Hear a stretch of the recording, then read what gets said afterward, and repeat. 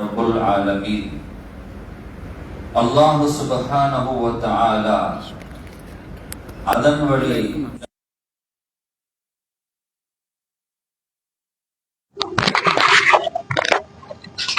சங்கைக்குரிய பெருமக்களே, அல்லாஹ் சுப்ஹானஹு வ தஆலா அவனுடைய அருளாலும் அன்பாலும் அவனது அதிகாரத்தை கூட அதற்கு கீழால் வைத்து தன்னுடைய அன்பையும் அருளையும் உயர்வாக வைத்து பார்க்கக்கூடியவர். உலகத்தில் எவ்வளவு பெரிய ஆட்சி அதிகாரங்கள் இருந்தாலும்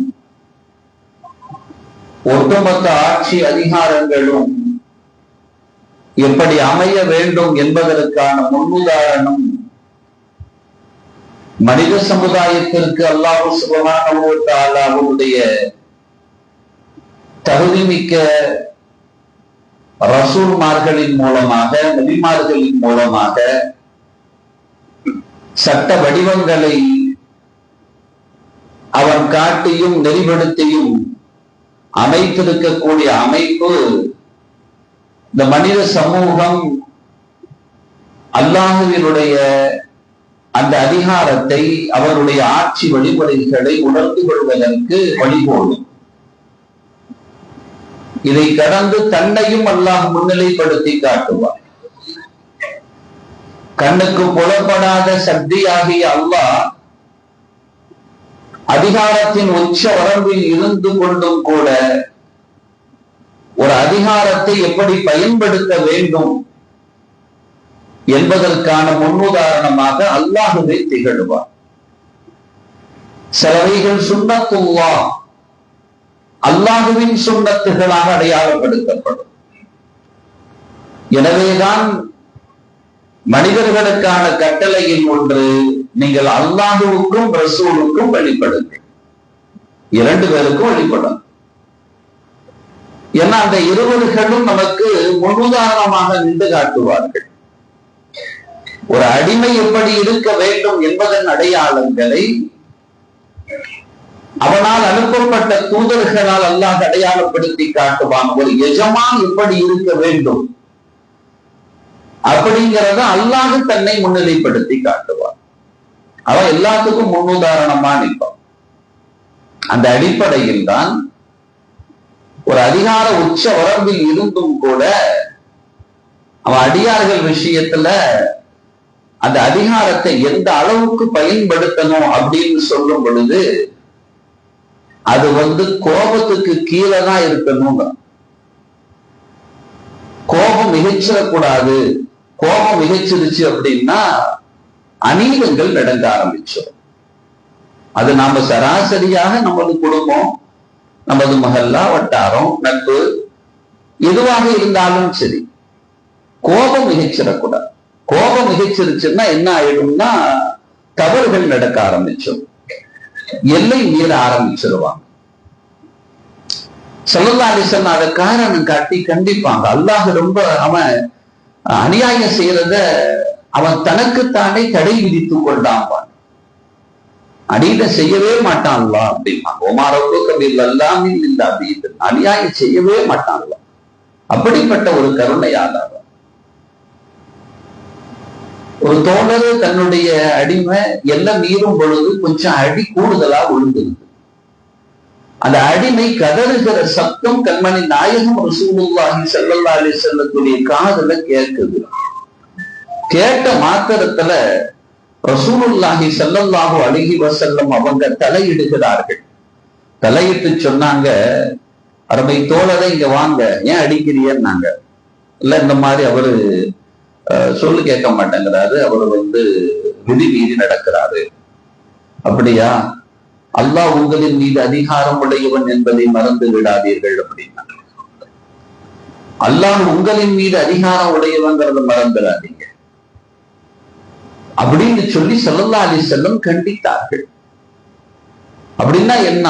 அல்லாஹ் அதிகாரம் நம்ம மேல இருக்குல்ல, அதை கவனமா வச்சுக்கிட்டு நீங்க நடக்கணும், எல்லை மீறிடாதீங்க அப்படின்னாங்க. அந்த அணு அணுவாக அவன் கண்காணிக்கிறவன் அப்படின்னு எச்சரிக்கை செய்வான். அவன் எவ்வளவுதான் அவனுக்கு பாவம் செய்யற அடியாராக இருந்தாலும் சரி, அல்லாஹ் ஒரு நாள் என்ன செய்யறது இல்லைன்னா அந்த அடியான எல்லை மீறி சோதிக்கிறது கிடையாது. எல்லைக்குட்பட்டு தான், அந்த அதிகார உச்ச உடம்புக்கு கீழால் தான் அந்த சோதனை இருக்குமே தவிர அதை கடந்து சோதிக்க மாட்டான். அது அல்லாஹ்வுடைய தக்தீர்ல உள்ளது.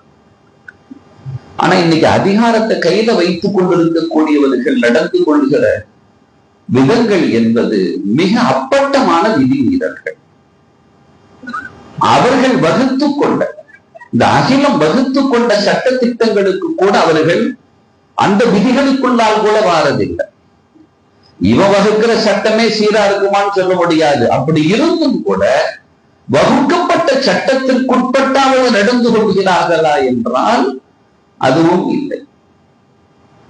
இன்னைக்கு ராஜா நடந்து கொண்டிருக்கக்கூடிய, அனுபவித்துக் கொண்டிருக்கக்கூடிய துன்பங்கள், துயரங்கள் சொல்லி மாற முடியாதவைகள். போர நிறுத்துறது அப்படின்னு சொல்லிட்டு ஒரு வெளிவேஷம் போட்டுவிட்டு இடையிடையே தாக்குதல்களை நடத்துவதும், அதை கடந்து மனிதாபிமானமற்ற முறையில் அவர்களுக்கு எந்த விதமான உபகாரங்களும் சென்று சேராத விதத்தில் பார்த்துக் கொள்வதும், உணவுக்காக அல்லால விடுவதும், பச்சிளம் குழந்தைகள் கூட பட்டினியால் சாகுவதை கண்டு ரசிப்பதும், கர்ப்பிணி பெண்கள் தன்னுடைய உடல்நிலைகள் சீரில்லாத சூழல்களுக்கு சென்றும் கூட ஒரே குடும்பத்தை சார்ந்த, சமீபத்தில் அந்த வீடியோ பார்த்த பொழுது கண்கள் எல்லாம் குளமானது. ஒரே குடும்பத்தை சேர்ந்த 7 நபர்கள் பட்டினியால் செத்து மடிந்திருக்கிறார்கள். எவ்வளவு கொடுமைகள் அரங்கேறிக் கொண்டிருக்கிறது. வெளிவேஷத்திற்கு பல்வேறு வார்த்தைகளை அதிகார வரம்பில் இருக்கக்கூடியவர்கள் சொல்லுகிறார்கள். பிபிசி கொடுக்கிற தகவல், மனிதாபிமான நிலை இருக்குது இல்லையா, இதுவரைக்கும் இல்லாத அளவுக்கு மோசமான ஒரு சூழலை அந்த ராஜா சந்திச்சிருக்கு. ரொம்ப மோசமான நிலை. கிட்டத்தட்ட 1/3 பேரு பல நாட்கள் உணவில்லாமல் அவர்கள் வாடிக்கொண்டிருக்கிறார்கள், தவிக்கிறார்கள் அப்படின்னு. ஏன்னா அவர்களுக்கே கூட அங்க சரியான சூழல் இல்லை. பத்திரிகையாளர்கள் அங்கு உள்ள நிகழ்வுகளை சேகரிப்பதற்காக அனுமதிக்கப்பட்ட பத்திரிகையாளர்களுக்கு கூட, ஊடகவியலாளர்களுக்கு கூட எங்களுக்கே சரியான உணவுகள் நாங்கள் எடுத்துக்கொள்ள முடியவில்லை, பெற்றுக்கொள்ள முடியவில்லை அப்படின்னு சொல்லிட்டு நாங்கள் அங்கு படுற கஷ்டம் அவ்வளவு இருக்குங்கிறாங்க. எங்களுக்கே சீரான இது கிடைக்கிறது இல்லை. அப்ப அந்த மக்களின் நிலை எப்படி இருக்குன்னு பாருங்க. இவர்களுடைய அனுமதியை பெற்று உள்ளே சென்றவர்களே நாங்கள் பட்டினியால் வாடுகிறோம்னு சொல்ற சூழல்கள். ஏதோ ஒரு மனிதாபிமான அடிப்படையில் அங்கு உள்ள நிகழ்வுகளை வெளி உலகத்திற்கு கொண்டு வர வேண்டிய ஒரு நிர்பந்த சூழலில் தள்ளப்பட்டிருக்கிற அவர்களின் நிலைமை அப்படி என்றால், வஞ்சிக்கப்படுகிற அந்த மக்களின் நிலைகள் துயர் சொல்லி மாற முடியாத நிலையில் இருப்பதை 21 லட்சம் மக்கள் கடுமையான பட்டினியால் அங்கே வாடிக்கொண்டிருக்கிறார்கள். சுமார் 90,000 குழந்தைகள், அதே மாதிரி பெண்கள் ஊட்டச்சத்தின் குறைபாட்டால் பாதிக்கப்பட்டிருக்கிறார்கள். கடந்த சில வாரங்களில் மாத்திரம் 80 குழந்தைகள் உட்பட 100க்கும் மேற்பட்ட குழந்தைகள் பட்டினியால் உயிரிழந்திருக்கிறது. அதே மாதிரி உலக நாடுகள் காசாவிற்கு அனுப்பி வைக்கக்கூடிய உணவுகள் எல்லாம் அதுவே போதுமானதாக இல்லை என்றாலும் இஸ்ரேல் உள்ளே விடாமல் அதை தடுத்து நிறுத்துகிறது. அனுப்பப்படுகிற உணவுகளே அவர்களுக்கு பற்றாக்குறையாக இருக்கிற சூழலில் இத்தகைய ஒரு வக்கிரமமான நிலைகள் அங்கே தாண்டவமாடி கொண்டிருக்கிறது என்று நமக்கு கசிந்து வருகிற செய்திகள் இவைகள். முழுமையான செய்திகளை யாரும் முன்வைப்பதில்லை, நமக்கெல்லாம் தெரியும். இந்த உலகம் முழுமையான செய்திகளை தருவது கிடையாது. கசிந்து வருகிற செய்திகளை நம்மை கனக்க செய்கிறது. கிட்டத்தட்ட உதவி லாரிகளை நோக்கி வந்த உதவிகள் அனுப்பப்பட்டதே கொஞ்சம் தான். அதை பெற்றுக் கொள்வதற்காக பல நாட்களாக இடையில ஒரு வீடியோவை பார்த்தோம். ஒருவர் அப்படியே ஒரு மூட்டை மாவை சுமந்து கொண்டு தன் வீட்டுக்குள்ளால் வருகிறார். வீட்டில் அப்படியே போட்டுவிட்டு அப்படியே சாஷ்டாங்கம் அல்லாஹ்வுக்கு செய்கிறார், சஜதா செய்கிறார். சஜதா செய்துவிட்டு அந்த நபர் சொல்கிறார், ஒரு வாரத்திற்கு அப்பால் எங்களுக்கு கிடைத்த திட உணவு இது என்று அவர் சொல்கிறார். எங்களுக்கு கிடைத்த திட உணவு இது என்று அவர் சொல்கிறார். எங்களுக்கு தான் கிடைச்சது, தினம்தோறும் நாம் சாப்பிடுகிறோம். அதை குறித்து சிந்தனை செலுத்தினோமா, ஒரு முறையாவது துவா செஞ்சோமானலாம் தெரியாது. நமக்கு வாட்ஸ்அப்ல ஏதாவது தேவையில்லாத செய்திகள் அனுப்புறதுக்கே நேரம் இல்லாம இருக்கு, விமர்சனங்களை வீசுவதற்கே நேரம் இல்லாம இருக்கு. சூழல்கள் மிக கடுமையாக இருக்கிறது என்பதை ஒவ்வொரு அணுவான தகவல்களும் நம்மை கனக்க செய்கிறது. சரி, அதை பெற்றுக் கொள்வதற்காக அடித்து முந்திக் கொண்டு ஓடி அதை எடுக்க முறைகிற அந்த கூட்டத்தை நீங்கள் பார்த்திருப்பீர்கள். அப்படி அவைகளை பெற்றுக் கொள்வதற்காக, எடுத்துக் கொள்வதற்காக கடும் பசி தாங்க முடியாமல் தன் இல்லத்தில் தாய்மார்கள் சொல்லுகிறார்கள், பிள்ளைகளுக்கு சூழல்கள் தெரிய வாய்ப்பு இல்லை, பெற்ற குழந்தைகளுக்கு பசி மாத்திரமே தெரிகிறது, நிலைகள் தெரியவில்லை, அவர்களுக்கு புரிய வைக்க முடியாமலும் நாங்கள் கூடுதல் கலக்கமடைகிறோம். எதை சொல்லி அவர்களை ஆறுதல் படுத்துவது? கிடைக்கும் உணவு சிறு துண்டானாலும் சரி, நாம் பசித்திருந்தாலும் நமது பிள்ளைகளுக்கு கொடுத்தல்லவா அழகு பார்ப்போம். என்ற தாய் தன் குழந்தைகளுக்கு கொடுத்தல்லவா அவள் பசி ஆறுவாள். யதார்த்த அன்பின் வெளிப்பாடு அப்படித்தானே இருக்கும். அப்படிப்பட்ட நிலையில் எங்களுக்கே உணவு போதாமல் இருக்கிறது. எங்கள் உணவே இல்லை, பிள்ளைகளுக்கு எப்படி கொடுப்பது? பசி என்று கதறுகிறது. எங்களை ஒரு பக்கம் பசி வாட்டி வதைக்கிறது என்றால், இன்னொரு பக்கம் எங்கள் பிள்ளைகள் அழும் குரலை கேட்கிற பொழுது நாங்கள் துவண்டு போகிறோம். அந்த தாய்மார்கள் சொல்கிறார். சரி, கிடைத்த உணவை பெற்றுக் கொள்வதற்காக ஓடி அதை எடுத்துக் கொள்ளலாம் என்று முனைந்து அந்த கூட்டத்தை நோக்கி இஸ்ரேல் ராணுவம் தாக்குதல் நடத்துகிறது. உணவை பெற்றுக் கொள்ள வந்த மக்கள், அதில் கிட்டத்தட்ட 1000க்கும் மேற்பட்டவர்கள் அந்த இடத்தில் கொல்லப்படுகிறார்கள். எதை? பட்டினியால் வாடிக்கொண்டு கிடைக்கும் உணவை பெற்றுக் கொள்வதற்காக ஓடி வந்த நிலையில் தாக்குதல் நடத்தப்படுகிறது. அதில் 1000க்கும் மேற்பட்டவர்கள் கொல்லப்படுகிறார்கள். ஐநா உள்ளிட்ட பல நாடுகள் கண்டனம் தெரிவிக்கிறது. என்ன கண்டனமோ தெரியவில்லை, யாருக்கும் கட்டுப்படாததான். அப்படியே அவ்வளவு அராஜகத்தின் உச்சாணியாது. ஆனால் அதே சமயத்தில் இதுவரைக்கும் பாதிக்கப்பட்ட அந்த நிலை குறித்து தருகிற தகவல், கிட்டத்தட்ட 1,34,105 பேர் மோசமாக காயமடைஞ்சு இருக்கிறாங்க. இப்போ அதுல 40,500 குழந்தைகள் அடக்கம். தினசரி விகிதாச்சார அடிப்படையில் பார்க்கிற பொழுது தினசரி 10 குழந்தைகள் தங்களுடைய ஏதாவது ஒரு உறுப்பை இழந்து கொண்டிருக்கிறார்கள் அப்படிங்கிறார். ஹோலி ஃபேமிலி அப்படின்னு சொல்ற இஸ்ரேலினுடைய கட்டுப்பாட்டில் இருக்கக்கூடிய ஒரு கிறிஸ்துவ தேவாலயம் காசாவில் இருக்கிறது. அது ஒற்றை தேவாலயம் மாத்திரமே. கிறிஸ்தவர்கள் அங்கே வசிக்கிறார்கள். இங்கு நடந்த தாக்குதலில் அவர்களின் வீடுகளும் சேதமடைகிறது, வசிக்க முடியாத சூழலுக்கு ஆட்படுத்தப்படுகிறது. அப்படிப்பட்ட நிலை அவர்களும் வழிதெரியாமல் அந்த ஹோலி ஃபேமிலிங்கிற சர்ச்சுக்குள்ளால் தஞ்சம் அடைகிறார்கள். அந்த சர்ச்சையும் அவர்கள் தாக்குகிறார்கள். ஒரு கிறிஸ்தவர்கள் அவர்கள் வசிக்கிறார்கள். அவர்கள் கூட அங்கு நிம்மதியாக, பொதுவாக பேதமை தலைக்கேறிவிட்டால் எல்லாம் தாண்டவமாகும்.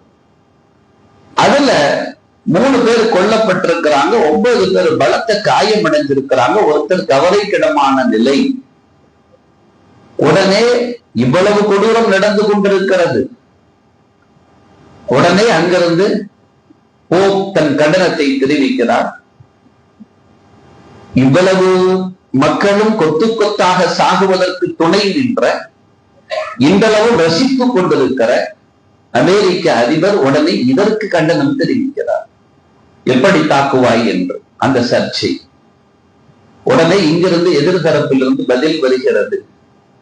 அது நாங்கள் வேண்டுமென்றே தாக்கியதல்ல, அது தானாக இயங்கியதில் தவறாக நிகழ்ந்துவிட்ட ஒன்று என்று அதற்காக நாங்கள் வருத்தம் தெரிவிக்கிறோம் என்று இஸ்ரேல் வருத்தம் தெரிவித்திருக்கிறார். அல்லாஹ் பாதுகாக்க வேண்டும். மிக கொடுமையான சூழலுக்கு தள்ளப்பட்டிருக்கிறது. இரண்டாவது வேர்ல்ட் வாருக்கு பின்னால 1949 ஆண்டில் போடப்பட்ட ஜெனீவா பிரகடனம் நமக்கெல்லாம் தெரியும்.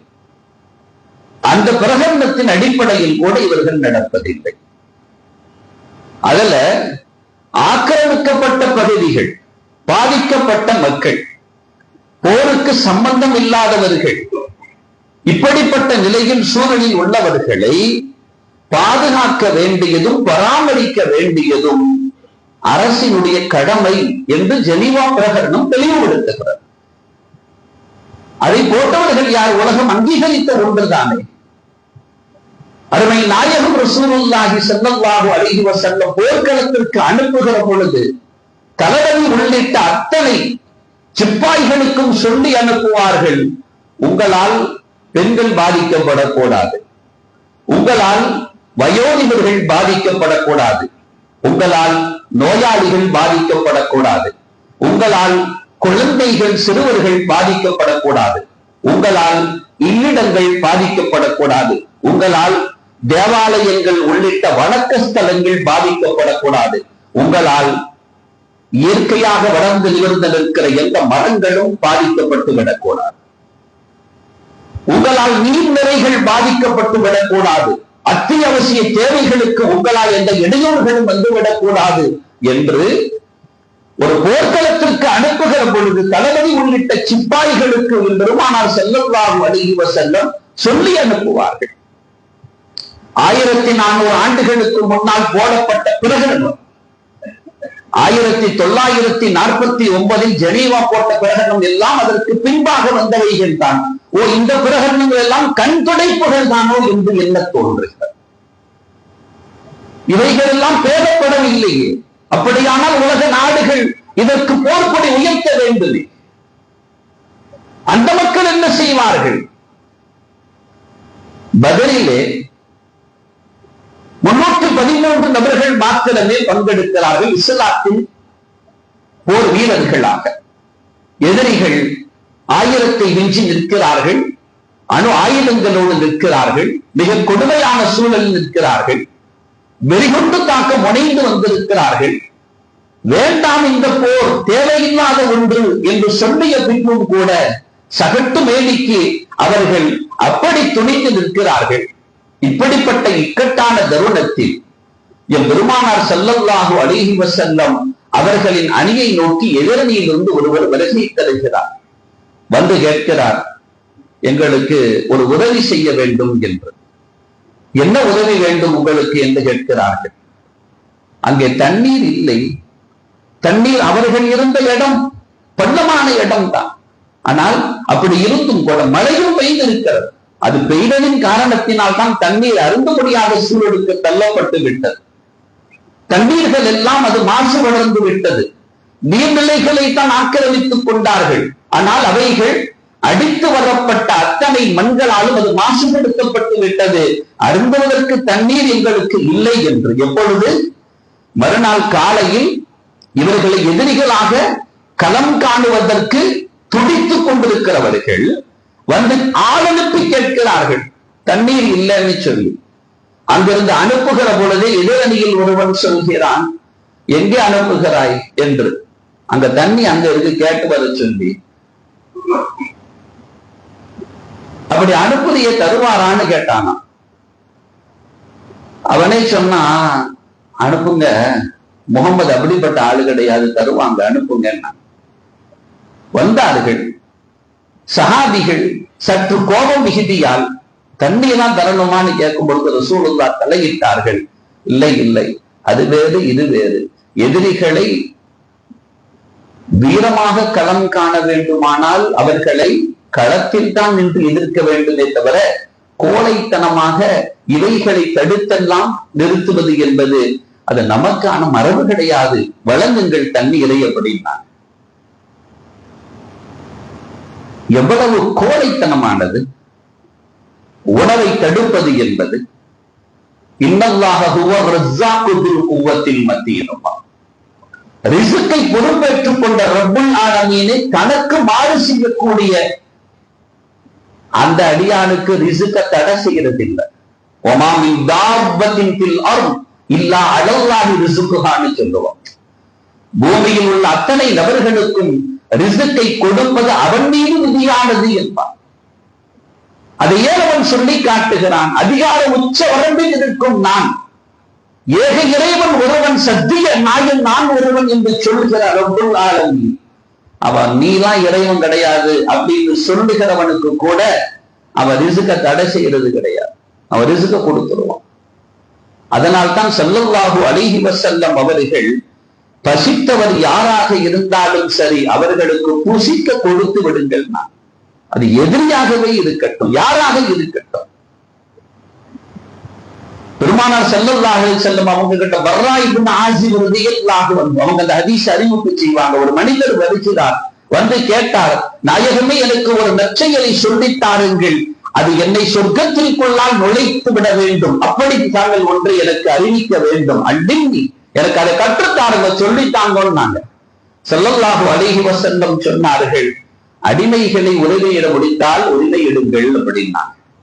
உலகத்தில் யாரும் யாரையும் அடிமைப்படுத்துகிற சூழல் வந்து விடக்கூடாது. அல்லாஹ்விற்கு மாத்திரம்தான் அடிமை இருக்கணும். அவன் அடிமையை எப்படி வைக்கணும்னு அவனுக்கு தெரியும். அவன் அடிமைகளையே எஜமானர்களாக ஆக்கி அழகு பார்ப்பவன் அவன். ஆனா இவன் அப்படி கிடையாது, அடிமைகளை மிக கேவலமாக நடத்துபவன். எனவேதான் அடிமைகளை எஜமானர்களாக வைத்து அழகு பார்க்கும் அருகதை உடையவன் என்பதால் தான் நபிகள் நாயகம் ஸல்லல்லாஹு அலைஹி வஸல்லம் அவர்கள் ரசூல்மார்களுக்கெல்லாம் தலைவன் நான், நபிமார்களுக்கெல்லாம் தலைவன் நான், மனித இனத்திற்கும் ஜின்னினத்திற்கும் தலைவன் நான், ஈருலகிலும் தனிப்பெரும் ஆளுமை படைத்தவன் என்றெல்லாம் சொல்கிற பொழுது ஒலா ஃபஹர், அதுல எந்த பெருமை எனக்கு கிடையாது, வலாக்கின் அப்துல்லாஹி வ ரசூலு, நான் அல்லாஹ்வின் அடியானாக இருக்கிறேன் என்று சொல்கிற பொழுது அருமையான பெருமை வந்தது அவர்களிடத்தில். ஏன் தெரியுமா? எவனும் பெருமை கொள்ள முடியாது அடிமை என்பதில்.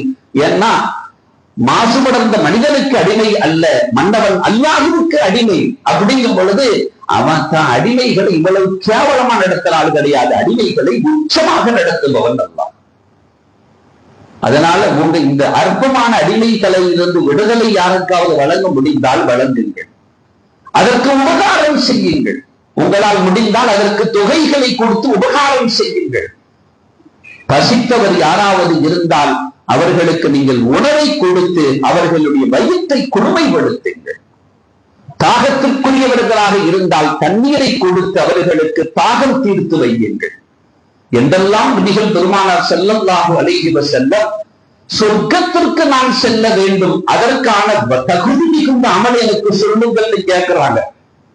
சொர்க்கத்திற்கு செல்ல வேண்டும், அதற்கு தகுதியான அமலை சொல்லுங்க, அந்த செயல் என்கிட்ட வரணும், அதை நான் செய்யணும், அதை சொல்லுங்க நாயகமே கேட்கும் பொழுது சொர்க்கத்திற்கு தகுதியானதா? நீங்கள் அனுதினமும் அல்லாஹ்வை வணங்குங்கள், ஐவேளை தொழுங்கள், நோன்பை நன்றாக நோற்றுக் கொள்ளுங்கள், தஸ்பீஹாத்துகளை ஓதிக்கொள்ளுங்கள், இறைமறை குர்ஆனிலேயே நீங்கள் மூழ்கி இருங்கள், இடைவிடாத திக்ரிலேயே நீங்கள் திளைத்திடுங்கள் என்றல்லவா அடுத்து இருக்க வேண்டும். இல்லையே, அதை குறித்து ஒரு வார்த்தை கூட அந்த ஹதீஸில் இல்லையே. மாறாக பெருமானார் ஸல்லல்லாஹு அலைஹி வஸல்லம் சொன்ன வார்த்தை என்ன தெரியுமா? மனிதர்களில் சிக்குண்ட இந்த நபர்களுக்கு நீங்கள் ஒரு நல்வழியை ஏற்படுத்தி கொடுக்க முடிந்தால் அதை செய்யுங்கள். எவ்வளவு பெரிய வார்த்தை அது! இறைமறை குர்ஆன் நெடுகிலும் பார்த்தால் உங்களுக்கு தெரியும். வணங்குங்கள் என்று சொல்லி வருகிற வார்த்தையின் நிறைவு பகுதி வழங்குங்கள் என்றுதான் முடியும். அகீமுஸ் ஸலாத் வ ஆத்துஸ் ஸகாத், தொழுகையை நிலைநாட்டுங்கள் என்று எங்கெல்லாம் வருகிறதோ நீங்கள் அங்கெல்லாம் திருப்பி பார்த்தால் ஒரு வாசகம் இல்லாமல் முடியாது. வ ஆத்துஸ் ஸகாத், ஸகாத்தை கொடுங்கள் என்று. வணக்கம் என்பது இருக்கட்டும், அது அவன் பார்த்துக் கொள்வான். வழங்குதல் உங்களிடத்தில் இருக்க வேண்டும். எனவேதான் இது மாதிரி ஒன்று கூடுதல்கள் கூட. இது வணக்கத்திற்கான ஒன்று கூடுதல் மாத்திரம் அல்ல, வணங்குவதற்கான ஒன்று கூடுதல்களும் தான். ஐவேளை தொழுகைக்கு இறை அழைப்பு வந்ததின் நோக்கம் என்ன? வணங்குவதற்கு மாத்திரமா? இல்லை இல்லை. இந்த சபையில் எத்தனை ஏழைகள் இருப்பார்கள், வறியவர்கள் இருப்பார்கள், கஷ்டப்பட்டவர்கள் இருப்பார்கள், தேவையுடையவர்கள் இருப்பார்கள், திராணியற்றவர்கள் இருப்பார்கள். அவர்களை எல்லாம் இனம் காண வேண்டுமே. நீங்கள் இல்லத்திற்கு சென்றா இனம் காண முடியும்? ஒரு பிளாட்ல இருக்கிற பக்கத்துல இருக்கிற யாருன்னே தெரியாம கிடக்குது இந்த காலத்துல. எங்க போய் அடுத்த ஆளை பத்தி தெரிஞ்சுக்க முடியும்? அப்ப அவர்களை குறித்து ஒரு தெளிவு வர வேண்டும் என்றால் அதற்கான சூழல் கட்டமைப்பை இஸ்லாம் மிக வகையாக கட்டமைத்து தந்ததின் வெளிப்பாடுதான் இந்த மாதிரி இறை இல்லத்துக்கு எல்லாரும் வாங்கோன்னு சொல்றது. வீட்டுல தொழக்கூடாது, இங்க வந்து தொழறோம். நாங்க எதுக்கு இங்க வந்து தொலை சொன்ன காரணம் என்ன? நீங்கள் இனம் கண்டு கொள்வதற்காக. ஓட்டை ஓட்ட சட்டையோடும் ஒட்டு ஓட்ட சட்டையோடும் யாரெல்லாம் வருகிறார்கள் கண்டு கொள்ளுங்கள். தேவை உடையவர்களை இனம் கண்டு கொள்ளுங்கள். அவர்களுக்கு நீங்கள் வழங்க நீங்கள் தயாராகிக் கொள்ளுங்கள். எனவேதான் தொழுது விட்டீர்களா, அஸ்ஸலாமு அலைக்கும் என்ற அடுத்த கட்ட நகர்வு உங்களுக்கு யாராக இருக்க வேண்டும் என்றால், அல்லாஹு அக்பர் என்று கட்டுகிற பொழுது யாரை முன்னோக்கினீர்கள்? அது வணக்கத்தின் முன்னோக்குதல். அஸ்ஸலாமு அலைக்கும் என்று முடிக்கிறீர்களே, யாரை நோக்கி முன்னோக்கி முடிக்கிறீர்கள்? அஸ்ஸலாமு அலைக்கும் என்று யாருக்கு சொல்லுகிற சலாம்? தன் அருகாமையில் தொழுது கொண்டிருப்பவர்களுக்கும் இந்த சபையில் பங்கெடுத்தவர்களுக்கும் சொல்கிற சலாம் இல்லையா? அது மனிதர்களிடத்தில் பேச துவங்குகிற பொழுது சலாமோடு துவங்குங்கள் என்று சர்தார் நபி ஸல்லல்லாஹு அலைஹி வஸல்லம் சொல்வார்களே, அந்த சலாத்தின் துவக்கம் தான் இது. இப்ப நீங்க மக்கள்கிட்ட பேசுங்க, ஆரம்பிங்க. அல்லாஹ்ட்ட பேசிட்டீங்க, முடிஞ்சு போச்சு. ஈயாக்க நஅபுது வ ஈயாக்க நஸ்தஈன் சொல்லிட்டீங்க, முடிஞ்சு போச்சு. தொழுகை நிலைநாட்டி விட்டீர்கள், வணக்கத்தை சீராக நிறை செலுத்தி விட்டீர்கள், வழங்குவதின் பால் கவனம் செலுத்துங்கள். ஆரம்பிங்க பேச்ச. அஸ்ஸலாமு அலைக்கும் ஆரம்பிங்க. அவர் வருவாரு, ஆகியாரு அவ்வாறு தோவாரு, யார்கிட்டையும் பேச மாட்டாரு, இருக்கிற இடமும் தெரியாது, அப்படியே போயிடுவாரு. இதுக்கு பள்ளிக்கு வரணும்? அப்ப அஸ்ஸலாமு அலைக்கும் யாருக்கு? அஸ்ஸலாமு அலைக்கும் அவருக்கு சொன்னது தானே. அஸ்ஸலாமு அலைக்கும் சொல்லிவிட்டு சண்டையோடு இருக்குதா? எப்படி பேச துவங்கிடணும் இல்லையா? அதுக்குதான இறை இல்லத்துக்கு வர சொன்னது. இஸ்லாம் அவ்வளவு நெறிப்படுத்தும். தன் மனைவிமார்களிடத்திலேயே பெருமானார் ஸல்லல்லாஹு அலைஹி வஸல்லம் ஒரு நாள் இப்படி சொல்றாங்க, நாளைக்கு என்ன முதலாம் வந்து யாரு சந்திப்பா தெரியுமா? உங்கள யாருக்கு ரொம்ப கை நீளமா இருக்கும் அவங்க தான் தன் மனைவிமார்கள்ட்ட சொன்னாங்க. கை நீளமான மனைவினாங்க. அனைவர்களும் அளவெடுத்துக் கொண்டார்கள் யார் நீளம் என்று. இந்த உலகத்திலிருந்து விடை பெற்ற சௌதா என்ற மனைவி விடை பெறுகிறார்கள். ஸல்லல்லாஹு அலைஹி வஸல்லம் அவர்கள், ஓ வழங்கக்கூடியவர்களை குறித்து தான் இப்படி சொன்னார்களோ என்று புரிந்து கொண்டோம் என்றார். நாளை மறுமையில் என்னோடு நெருக்கமாக இருக்க வேண்டுமானார். உங்களில் யார் சிறந்தவர் தெரியுமா? உங்களில் யார் சிறந்தவர் தெரியுமா? இல்லை இல்லை, மாந்தர்களிலேயே யார் சிறந்தவர் தெரியுமா? மக்களுக்கு பயனாக இருப்பவர். மாந்தர்களிலேயே சிறந்தவர் யார் தெரியுமா? மன் அன்ஃபஅஹும் லின்னாஸ், அந்த மக்களுக்கு யார் மிக பயனுள்ளவர்களாக இருப்பார்களோ அவர்கள் தான் மாந்தர்களிலேயே சிறந்தவர் அப்படின்னு நபிகள் பெருமானார் ஸல்லல்லாஹு அலைஹி வஸல்லம் சொல்கிறார்கள். ஒரு சராசரி அடியார், ஒரு சராசரி மனித பண்பு வேண்டாமா? கொத்து கொத்தாக செத்துக் கொண்டிருப்பதை பார்ப்பது எவ்வளவு பெரிய கொடூர குணம். அதை சில வாசகங்க பார்க்கும்போது அந்த வாசகம் சரியில்லைன்னு கூட எனக்கு பட்டது. மிருகத்தனமாக நடந்து கொள்கிறார்கள் அப்படின்னு அந்த வாசகம் பதிஞ்சதை பார்த்த ஊடகம் பதிந்திருந்த வாசகம். ராசா மக்களின் மீது சிலர் மிருகத்தனமாக நடந்து கொள்கிறதுன்னு வார்த்தை, அது நமக்கு ஒவ்வாத வார்த்தை. ஏன்னா மிருகத்துக்கு கூட அந்த தன்மை இருக்க வாய்ப்பு கிடையாது. ஏன்னா முந்தா நாள் ஒரு வீடியோவும் பார்க்கிறேன். புலிக்கு விடப்பட்ட புலிக்கு அது பசி இருக்கும் இல்லையா, அதுக்கு பசிக்கு உணவு கொடுக்கணும்ல. புலிக்கு உணவாக இடப்பட்ட ஆட்டோடு அது நட்புறவாடி விளையாடி கொண்டது என்ற ஆச்சரியமாக பதிவு செய்கிறார். அதுக்கு போட்டது அதுக்கு சாப்பாட்டுக்கு, ஆனா அதை சாப்பிடல. புலியோட பசித்தால் தான் சாப்பிடும். மிருகங்கள் கூட பசித்தால் தான் சாப்பிடும். மனுஷனமான நைட்டு 2 மணிக்கு போய் பிரியாணி திங்கிற கூட்டம் இல்ல, புள்ளி சிங்கம்.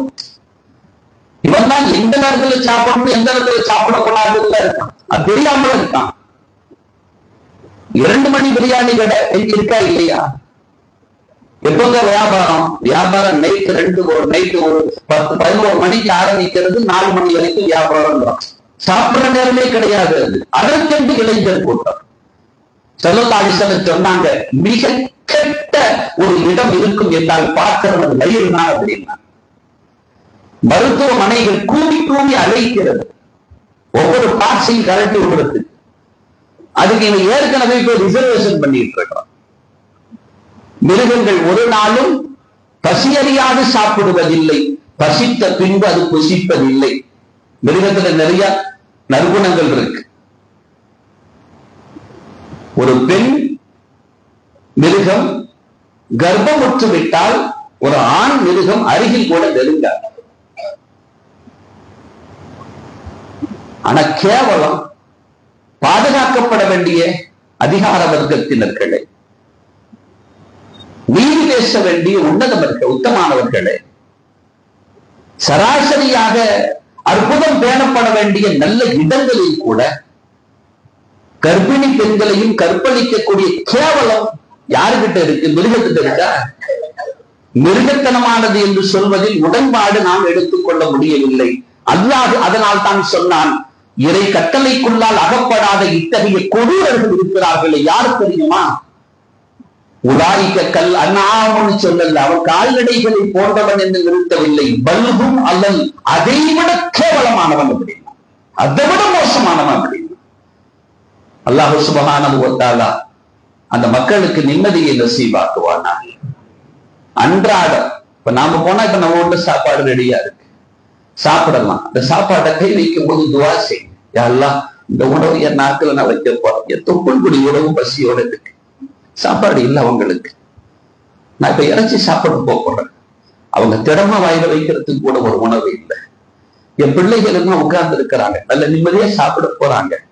ஈன்ற தாய்மார்கள் வயிற்றில், அவர்கள் வயிற்றிலும் உணவு இல்லை, இந்த பிள்ளைக்கு கொடுக்கறதுக்கு உணவு இல்லாம இருக்கிறாங்க. உங்களை சாப்பிட வேணாம்னு சொல்லல, ஆனா இஸ்லாமிய ஆட்சியாளர்கள் சாப்பிடாம இருந்திருக்கிறாங்க. உமர் ரலியல்லாஹு அன்ஹு மக்கள் கஷ்டப்படுகிற பொழுது சாப்பிடல அவங்க. நான் எப்படி சாப்பிடுவேன், என் பகுதியில் மக்கள் கஷ்டத்தில் இருக்கிற பொழுது அப்படின்னா.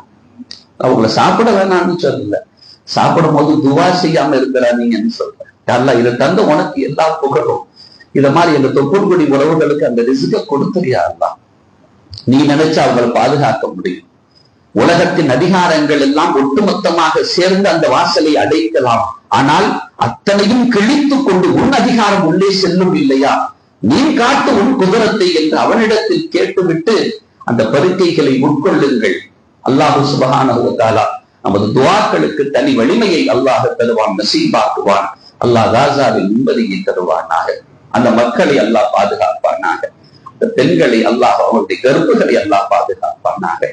கொழுத்து அழகான முறையில் இருந்த சூழலில் உள்ள மக்கள் வெளிந்து கருவாடாகி கொண்டிருக்கிற நேரையில் அல்லாஹ் அந்த மக்களை அப்படியே விட்டு விடாதே, இனி ஒரு பட்டினி சாவுகள் அங்கே வந்து விடாமல் பாதுகாத்து விட நாயனே என்று நாம் கேட்போம். அல்லாஹ் நமது துஆக்களை கபூல் செய்வானாக. ஆமீன் யா ரப்பல் ஆலமீன். வஆகிரு தஅவானா அனில் ஹம்துலில்லாஹி ரப்பில் ஆலமீன். சங்கைக்குரிய பெருமக்களே, அமான் ஆட்டோ ஓட்டுநராக பணி செய்யக்கூடியவர். அவருக்கு கழுத்தர ஒரு ஆபரேஷன் இந்த வாரம் இருக்கிறது என்று உதவி நாடி அவர் இருக்கிறார். இன்ஷா அல்லாஹ் அவருக்காக நீங்கள் முடிந்த உதவிகளை செய்யுங்கள். கடந்த வாரம் அறிவிப்பு செய்ததை போன்று மீண்டும் நினைவூட்டல், இந்த எலக்ட்ரிசிட்டி அதை ஈடுகட்டுவதற்கு, அதற்கான ஒரு பெருந்தொகை ஈடுகட்டுவதற்கு நாம் அந்த மின் பேனல் அமைக்க வேண்டிய ஒரு முன்னெடுப்பை எடுக்கிறார்கள்.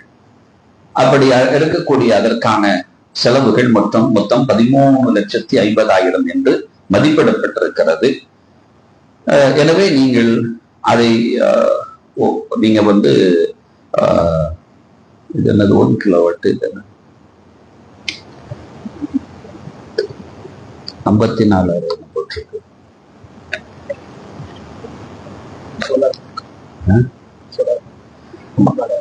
இது அது 1 கிலோவாட்டாம். சரி, இப்ப இதை நீங்க உங்களால் முடிந்த அந்த உங்களுடைய நிறுவனத்தின் சார்பில், உங்களுடைய குடும்பத்தின் சார்பில் அல்ல நட்புகளின் சார்பில் நீங்க என்ன செய்யலாம்? நாங்கள் ஒரு தொகைகளாக இல்ல ஒவ்வொரு பேனல் அது என்ன விலையோ நாங்க அதை பொறுப்பெடுத்துக்கிறோம். ஒரு 9 பேனல் வைக்க வேண்டியிருக்கோம்னா நாங்க ஒரு இதுக்கு பொறுப்பெடுத்துக்கிறோம், அல்லது 4 நண்பர்கள் சேர்ந்து எங்களுடைய நிறுவனம் சேர்ந்து பொறுப்பெடுத்துக்கிறோம் அப்படின்னு சொல்லிட்டு அந்த மாதிரி இன்ஷா அல்லாஹ் நீங்கள் பொறுப்பெடுத்துக் கொண்டால் இங்கு ஓடுகிற மின்விசிறி, இங்கு பத்துகிற எரிகிற இந்த விளக்குகள், அவைகளால் பயன்படக்கூடிய இந்த இபாதாத்துகளின் கூலிகள் நிச்சயமாக உங்களுக்கு அல்லாஹ் நசீபாக்கி தருவான். அல்லாஹ் நமது பொருளாதாரத்தை அவன் உகந்த விதத்தில் அமைத்தருள்வானாக. ஆமீன் யா ரப்பல் ஆலமீன். அஸ்ஸலாமு அலைக்கும் வரஹ்மத்துல்லாஹி வபரகாத்துஹு.